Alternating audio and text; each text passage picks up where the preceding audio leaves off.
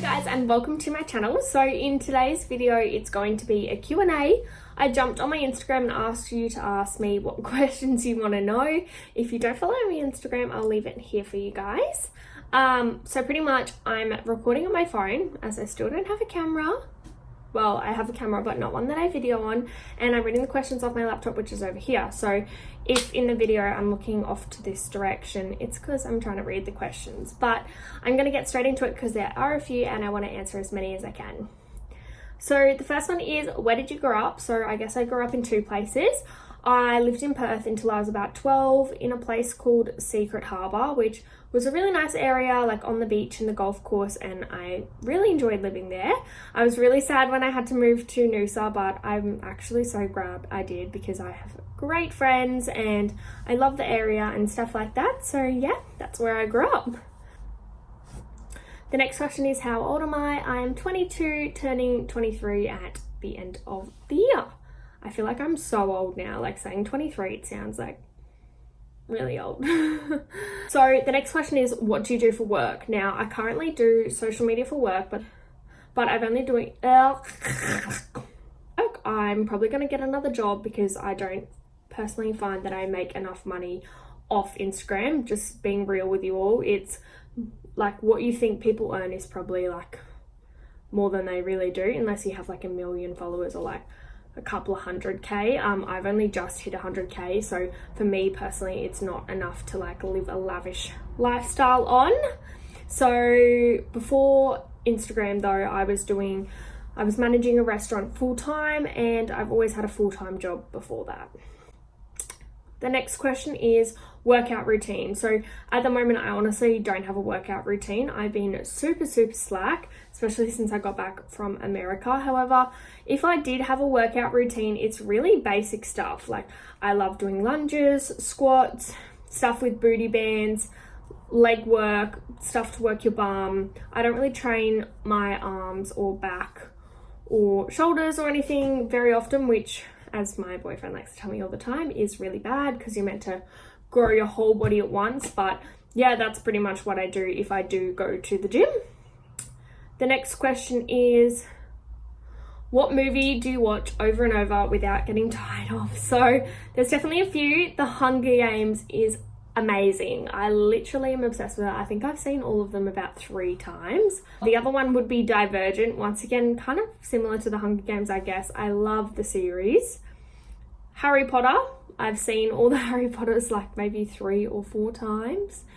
And anything really cute. Like there's a lot of love movies that I've seen like over and over and over. I don't know, it's something about watching unrealistic love movies that just gets a girl in. The next question is, favorite clothing stores and people who you get inspired by. I don't really have any particular person who I'm like, oh my god, her clothing is like goals. The stores that I shop at the most are definitely Kookai. I find all their stuff really good quality. It is quite expensive, but it lasts a very long time in my opinion. I get a lot of stuff from Fashion Nova. I also find their stuff really good quality, and they've got just so much to offer. Like anything you want, pretty much Fashion Nova will have it. Your White Fox, Beginning Boutique, Princess Polly. I do like a lot of things from Universal Store and like Glue Store. And yeah, they're pretty much the main places that I shop. The next question is, do you go to university? If not, what's your occupation? Love you. Oh, love you too. That's really sweet. I already answered what my occupation is, I guess. No, I don't currently go to university, but I've mentioned this in my vlog before. I really want to be a midwife / a nurse. I've been meaning to do this for a really long time, just like stuff's happened, life's happened, and I just haven't been able to go to uni. For a lot of people, like uni, they've gone to straight from school, they knew what they were doing. I didn't really do that. I also didn't have the luxury money-wise to just be able to go to uni because I had to support myself living out of home. So sometimes university is commonly known to like make people really broke because you're trying to study, and then on the time you're not studying, you're working, but you're not being able to work enough to like have a lot of money because you're always at uni. So that's always been a bit of a predicament of mine, but I'm aiming to go next year. I've recently been discussing with my boyfriend about going this year some point, but we've both decided that I'm just gonna try to save up a lot of money for the rest of this year, work on social media and all that sort of stuff, hopefully get another job to help me in the meantime, and then go to uni next year. So when I am studying, that I have money behind me, so I'm not really stressed. That is my plan. The next one is best tips for saving money. One of the things I think is really good for saving money is have a budget, like know what your outlays are each week, what you spend your money on, and write it all down. I use an Excel spreadsheet for mine. There's preempted ones on there, I'm pretty sure, like templates, but if not, you can make your own. It's super easy, and there's always tutorials on YouTube. Know how much you've got coming in a week and know how much you've got going out a week. Allocate a certain amount to savings, and then try not to spend the rest. I try not to go out and do stuff very often. Like, I do go out for coffee. If anything, that's my biggest expense. Sorry, I'm yawning. And if I go drinking, I generally drink at home. I find like getting a couple of bottles of wine or like one bottle of spirits and some mixers and staying at home is what I prefer doing anyway, rather than going out. Obviously that's not for everyone, but I find having my friends over, which I can do, which is awesome, is a lot better, and especially for saving money, because you don't have money on Ubers and the list goes on. Another tip I think for saving money is read The Barefoot Investor. So you've probably heard it, you've probably seen it in like libraries or shops as like I think it was a #1 selling book. It's awesome. They've got some great tips and tricks on how to save money, and I think it's a really good book that young people should read. So they would be my best tips on saving money. The next question is, how long have you and your boyfriend been together, and do you live together? So Jimmy and I have been together for 2.5 years now, and yes, we live together. We've probably lived together for 2 years, and yeah, everything's the same, still going strong. The next question is, what are your go-to makeup products? So my favorite makeup products at the moment, now I do swap a fair bit because new stuff comes out. One of my best friends works at Sephora, so she tells me about all these new things, and like, you know, being a girl who loves to paint her face, I have to try them. So the new favorite products that I'm loving, I'm actually like right in front of my makeup desk, so I'm just going to show you. This foundation, I think it's honestly amazing. I've got the shade Amber, which is way too dark. I got it matched for me in America, and I think the guy, when he gave me my foundation, gave me the wrong one. But I've used it, and you can't exchange things at a Sephora here that have come from international, so I'm just dealing with it. I'm probably going to get a lighter shade and mix with it. The shade I should have gotten, however, which is a really good fake tan shade if you go quite dark, is called Olive. I find this foundation extremely full coverage, and it's like incredible. So my other favorite product is from in here, and it is for your brows. This is what it looks like. I'm just going to show you guys. And yeah, it's like a spoolie. It's obviously got color through it. It's called, I actually don't know what it's called, I'm sorry, but it's Anastasia, and I find it's really good to like give your brows at the front like a brushed effect, more than like a, I don't know what that word is, but yeah, a slip effect, I guess. Also another product from Becca that I really like at the moment is the concealer. I personally find it better than Tarte Shape Tape and MAC Pro Longwear. It comes on an applicator like this. Nice and simple, and I just find it such good coverage. It's amazing. So clearly Becca is one of my favorites at the moment. I'm not going to go into the rest because this is not a makeup favorites video. The next question is, do you come from a wealthy family? Now, I think this question is asked so frequently because people think that if you have a following on social media, you probably just have rich parents. Like, I don't know where this assumption has come from, but no, like, I do not have a wealthy family at all. I think growing up, I was privileged. I lived in a beautiful house. My parents were together. Everything was pretty well and dandy. And then they separated, and things weren't probably the best in terms of a divorce. I know some people have had parents divorce and they still talk and get along, and like everything's all well and good. My parents weren't really like that.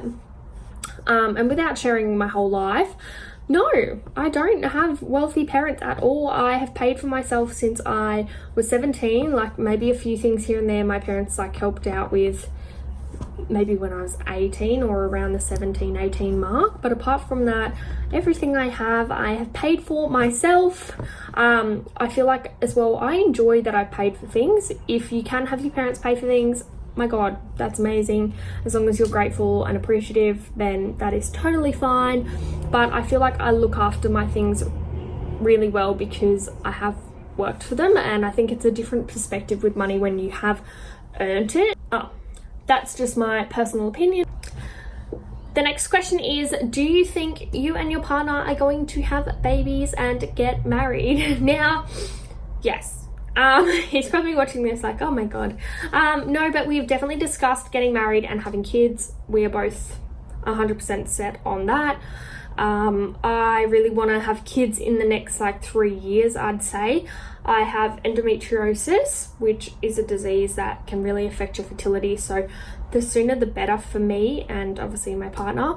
But that is kind of my plan. We'd love to obviously be married first and own a house and all that sort of stuff, but sometimes life doesn't work out exactly the way you want it to. But yeah, I definitely can see myself getting married and having kids. And if I were to have kids, I'd probably want 2. I think I'd want more than 1. I don't like the idea of having just 1 child, but 3 is probably, I don't know, 2 or 3. So the next question is tips on a healthy relationship. Now, I think the key factors to a healthy relationship is giving each other space. Like if Jimmy says to me, hey, I'm gonna go do this tonight, I'm like, cool, have fun. If I want to go do something with my friends, he's like, great, have a good time. If we want to do things together, we generally always agree on that. And yeah, just letting each other see your friends. Like I hear a lot of times girls being like, you can't hang out with the boys, or guys being like, oh, you can't go there because there's guys there or whatever. And I think that's absolutely ridiculous.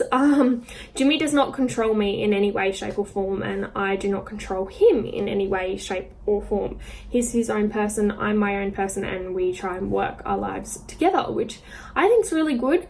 I also think a very, very important thing to a healthy relationship is having honesty. Like being honest with each other is so important, like how you're feeling, if you're not happy, all those sorts of things, because people aren't mind readers and you can't like work through things or make things better or stuff like that if you don't know that the other person's feeling that way. The other thing would be to not stress over the small things. Like I find if I'm angry at something that Jimmy's done, which I shouldn't even be angry about, it might be because I'm in a bad mood or I'm like tired or something like that, I try just like go do something, and then in 5 minutes it doesn't matter anymore.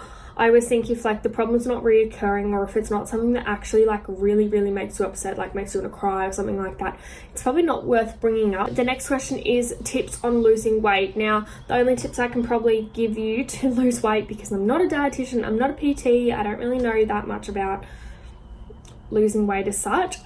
Eat healthy and exercise. Like you don't have to go and eat kale and spinach and just live off no carbs and all that sort of stuff. I think just eating healthy in moderation. So if you're gonna have McDonald's for dinner, like maybe don't eat heaps of bread and pasta throughout the day. If you are eating really healthy, you can treat yourself and have dessert. Like I think it's really important to have a balanced diet. I think some people that go and try and lose weight, that cut out all sugars, all carbs, all that sort of stuff, and just go, oh, I've got to eat all this, they become unhappy because it's not enjoyable to eat. But yeah, that's my personal opinion. Then as well, exercising is so important, like whether it's walking, going for a jog, doing some exercise at home, like any form of exercise is better than none. So if you can include that in your daily lifestyle, that's probably going to help you lose weight as well. And the final question is, do you have cancer? Now this question is really interesting. It says here it's referring to a post I made a while ago about a pap smear. No, I do not have cancer, cervical cancer, nothing like that. The pap smear was regarding just seeing what's going on inside you. I actually have a disease called endometriosis, which is the disease that covers your lining with a tissue, and it can become extremely painful. It can cause infertility, and it also doesn't have a cure. 1 in every 10 women suffer from this disease, and the pill, speaking of pills, mine's right here, is a really big mask for it. So when I'm on the pill, my pain is like very moderate, like painful, but nothing extreme. However, when I stop taking the pill a couple of times over the past years is when I've had pain so bad that I vomit, I faint, I can't stand up, I can't go to work, I have to have a hot water bottle, and I'm like screaming in agony. Now, if you have any of those symptoms, please go get looked at. Your GP will probably just go, oh, it's because you're a girl. Please don't accept that. You need to go get yourself a gynecologist, go to a gynecologist appointment, get them to book you in for an ultrasound, have a look what's going on. If from there it's nothing and you think there's definitely something wrong with you, you need to have an internal ultrasound, or a laparoscopy. I think that's how you say it. It's where they stick a camera in your belly button. They can see everything that's going on inside of you. So I cannot stress this enough. If you're a female and you think that your period pain is not right, or you're in period pain that's so bad that you cannot do your day-to-day activities, you cannot get out of bed, you're crying, you have to take painkillers like every hour, please, please, please go see someone. It's not worth it. And being a girl, most people, I would say, want to have kids, and it can definitely stop that from happening. So please go get checked. Anyway, that is all I'm obviously answering for today. I hope you enjoyed my updated Q&A. Thank you guys so much for watching. If you enjoyed this video, please like and subscribe to my channel to see my next ones. Bye!